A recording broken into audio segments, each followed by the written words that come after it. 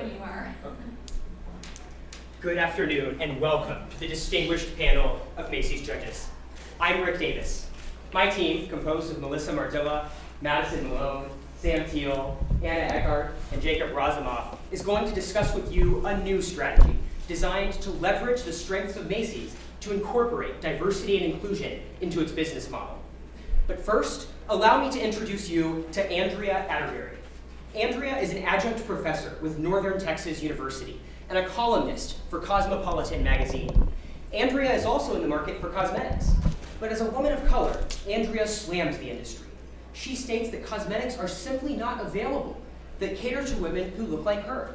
And professional analysts agree. Belinda Atis, a researcher with L'Oreal Cosmetics, states that there are nuanced inadequacies in the depths and undertones of products designed for women of color. Now, Andrea states that she will not be a happy customer until the industry offers sophisticated options that cater to all of Macy's consumers. Now, the fact of the matter is, demographics are changing. 15% of the United States is African American, and studies have indicated that by the mid-2040s, the majority of the United States will be composed of individuals who are currently of minority status. Now, we've pinpointed several key areas where we believe Macy's has simply missed the mark in incorporating diversity and inclusivity into its business model. And at this time, we're going to introduce you to a new strategy that leverages diversity and inclusivity to add to the magic of Macy's. This is where our strategy alleviates the issue, beginning with 3 key steps. First, rethinking and diversifying the inventory offered. Second, employee training with the diversified inventory. And third, advertising over multiple channels about these improvements with a focus on online presence. Beginning with rethinking inventory, there's a distinct lack of options for people of color and LGBT community members in beauty sections. In turn, consumers are often forced to blend shades together in order to get one that matches their skin tone. And this could be from differences in race to seasonal complexions. Huge products such as Fenty, meant for people of all colors, are heavily contesting the market.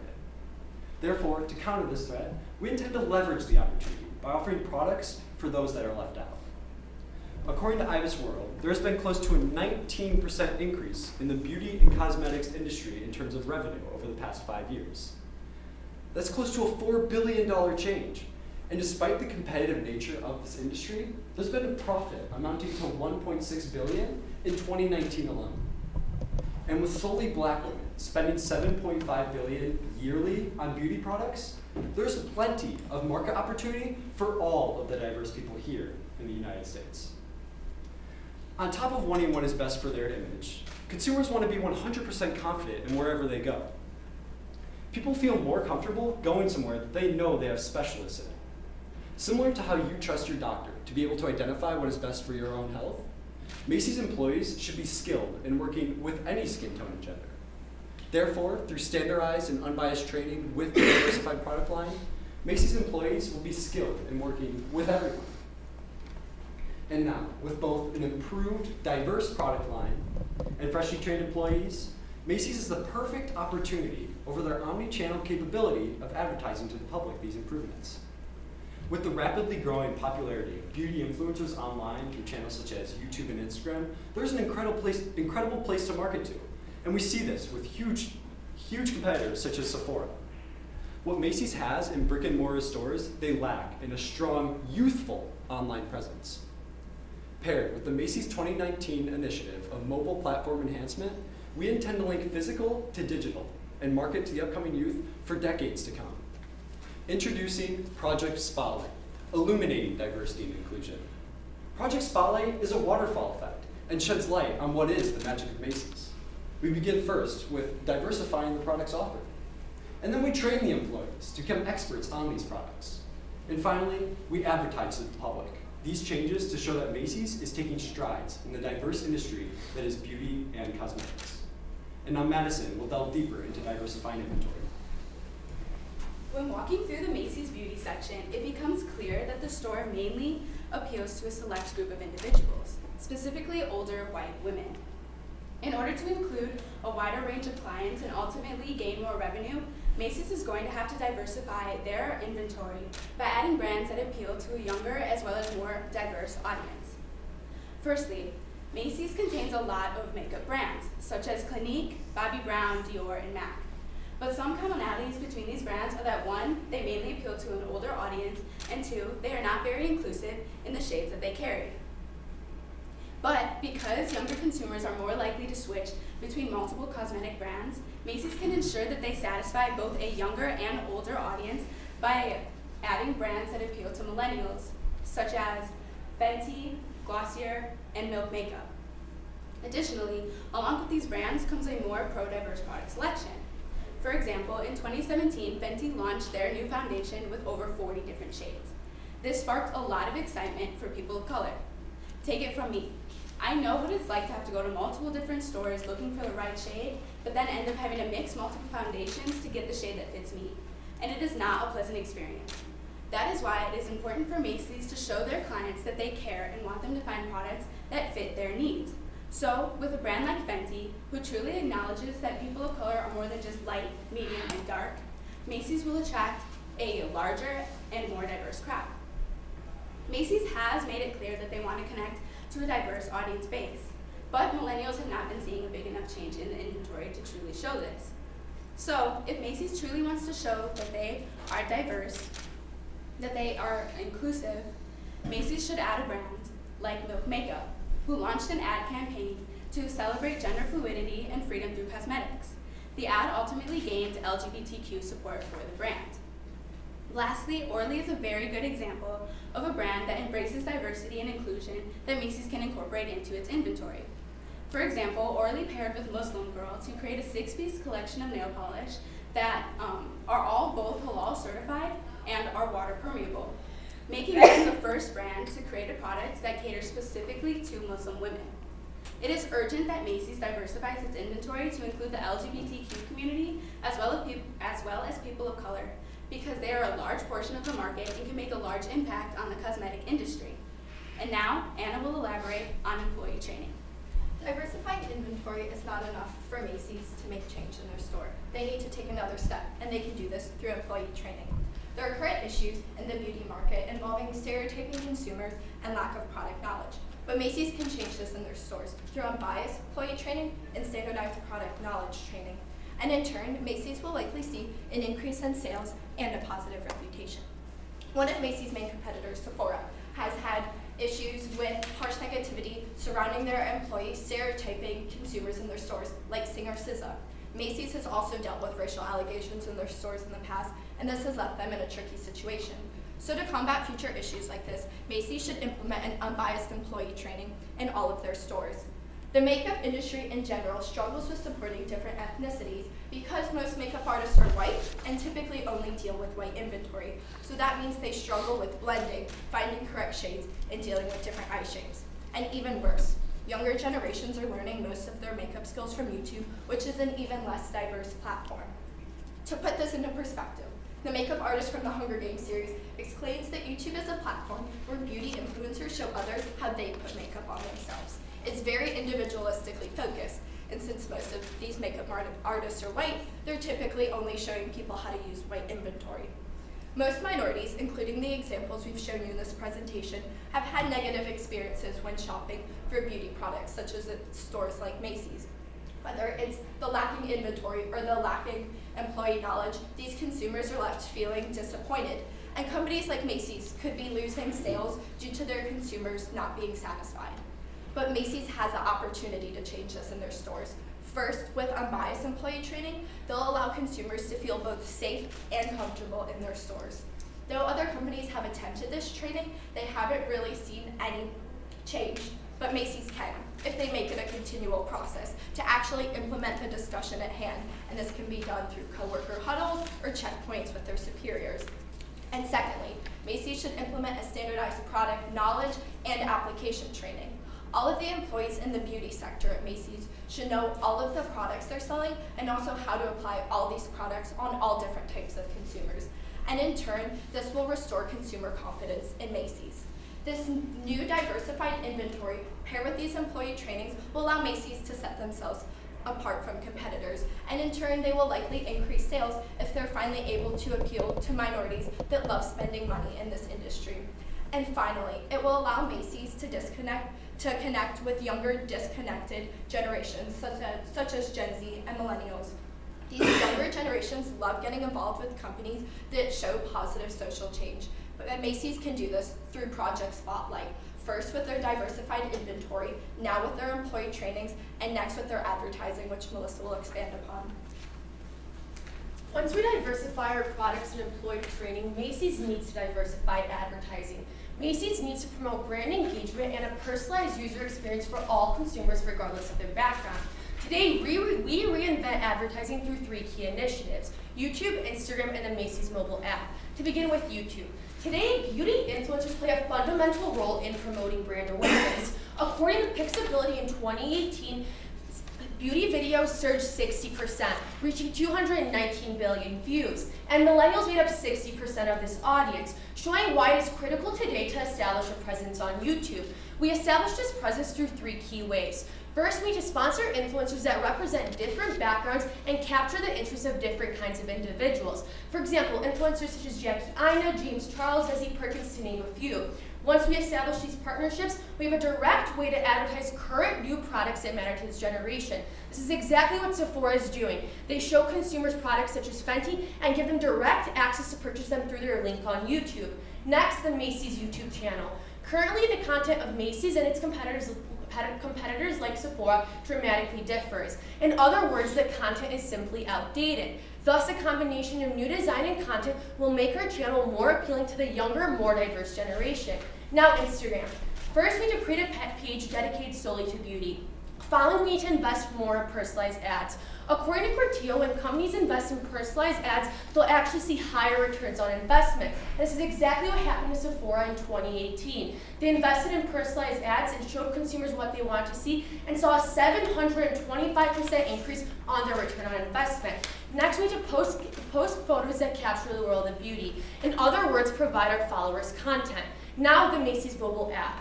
An intuitive, easy-to-navigate mobile app is critical within this industry. According to SimilarWeb, 60% of Ulta's customers and 48% of Sephora's came directly from their mobile app. And that is why we need to redesign the Macy's mobile app. We need to redesign it in a way in which we dedicate a section solely to beauty. Once we do this, we educate our customers first and sell our products second. This is really important because evidence shows us today that most consumers do research on a product prior to purchasing it in store.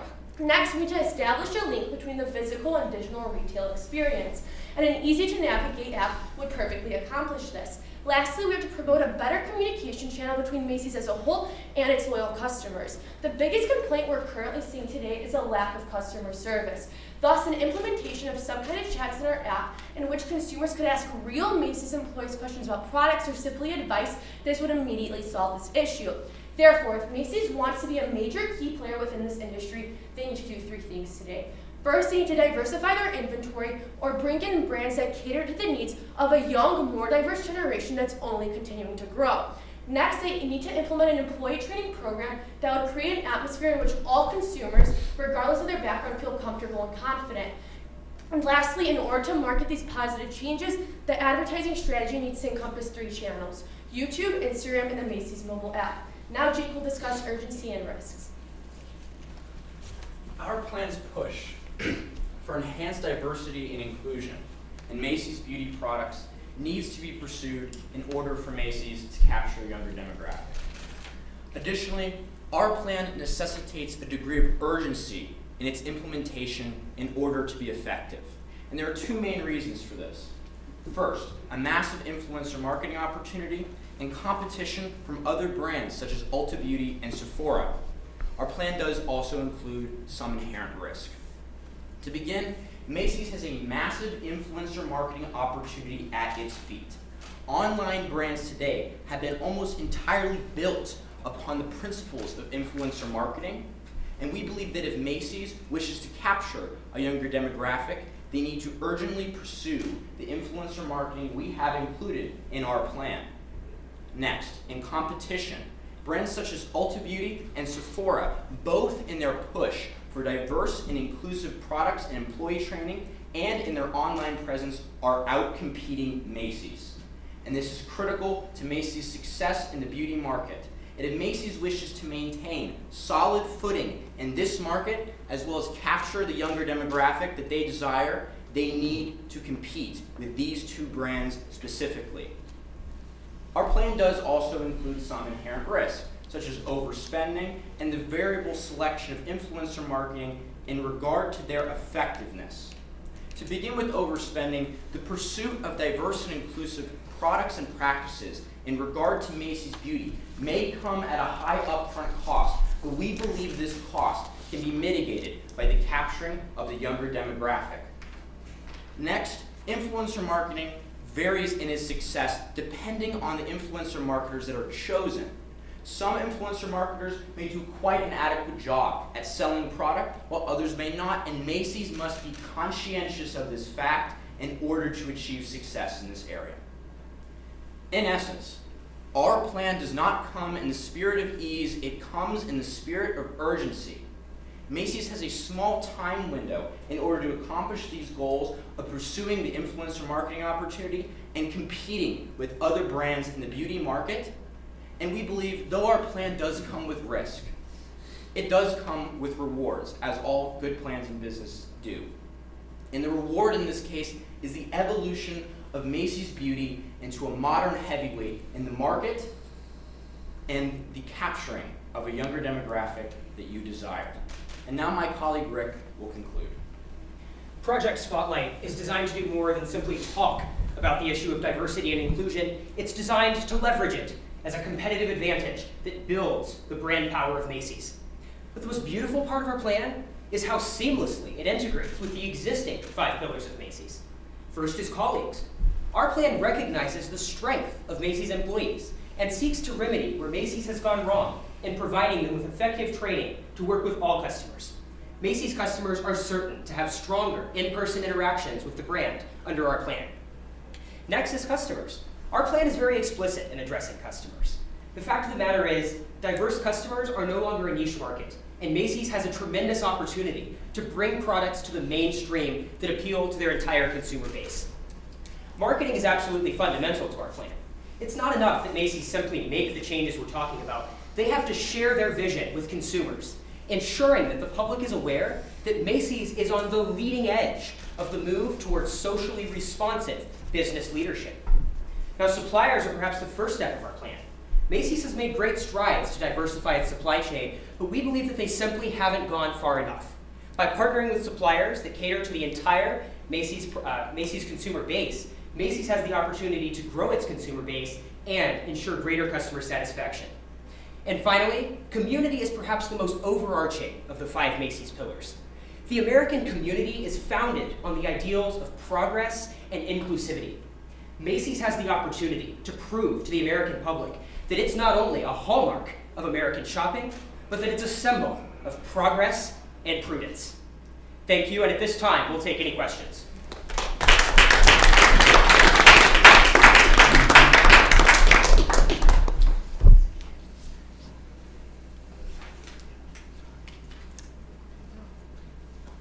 I think you renders us speechless.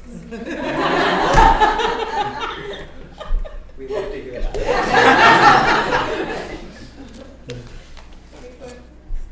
I have a question. So you are targeting the younger demographics, and out of the younger demographics, you have Gen Z, Gen Y / millennials, and let's say go with Gen X also. So if you have to pick one of these out of these 3, which one will it be and why? I would say millennials, because like I mentioned previously, currently, millennials make up 60% of the beauty audience on social media. Therefore, if you truly want to appeal to a target audience, millennials would be the way to go. Kind of going off of that, you talked about African Americans, LGBT community, and Muslim women, and those are very different groups. How is your marketing going to address the differences in what they want and Yeah. ... Yeah, I think the perfect part of our marketing platform is that it allows us to micro-target users. Instagram provides a wealth of information to advertisers so that they can focus ads on the people who they explicitly address. So for example, we can leverage that data that Instagram provides us to target the Orly brand that caters to Muslim women, specifically to the Instagram feed of Muslim women. So that allows us to mitigate costs by not running campaigns to people who do not necessarily or are not necessarily targeted by that campaign. Right, and to add on to that with YouTube, since we select certain influencers today capture the interests of different kinds of people. Therefore, we kind of try to do a wide selection of influencers on YouTube.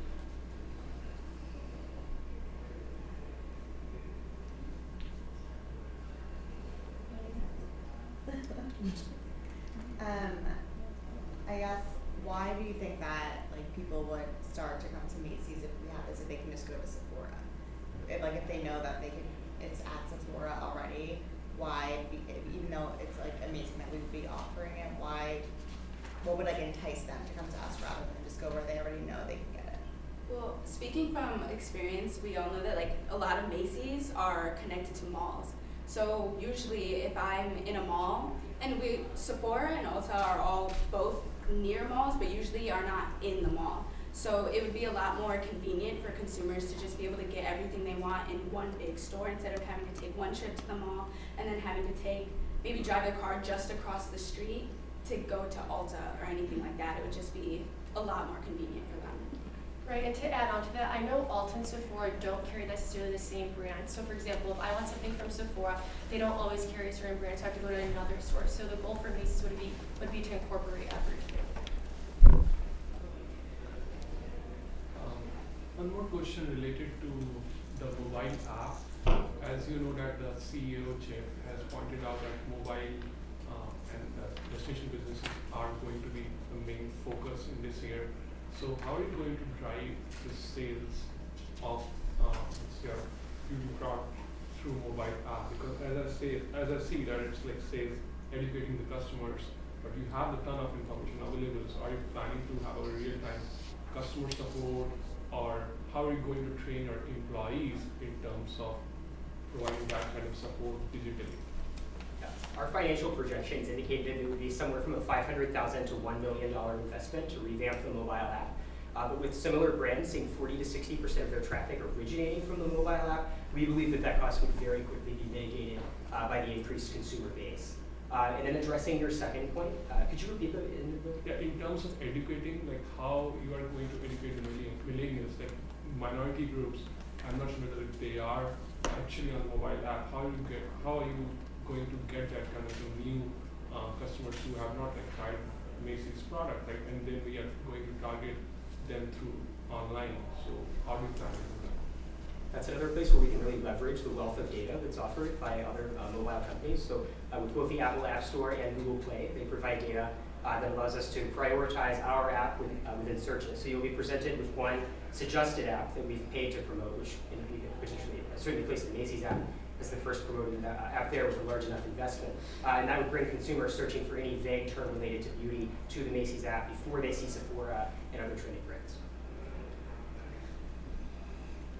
You said you're going to train your employees to know about all these different lines and shades of beauty products.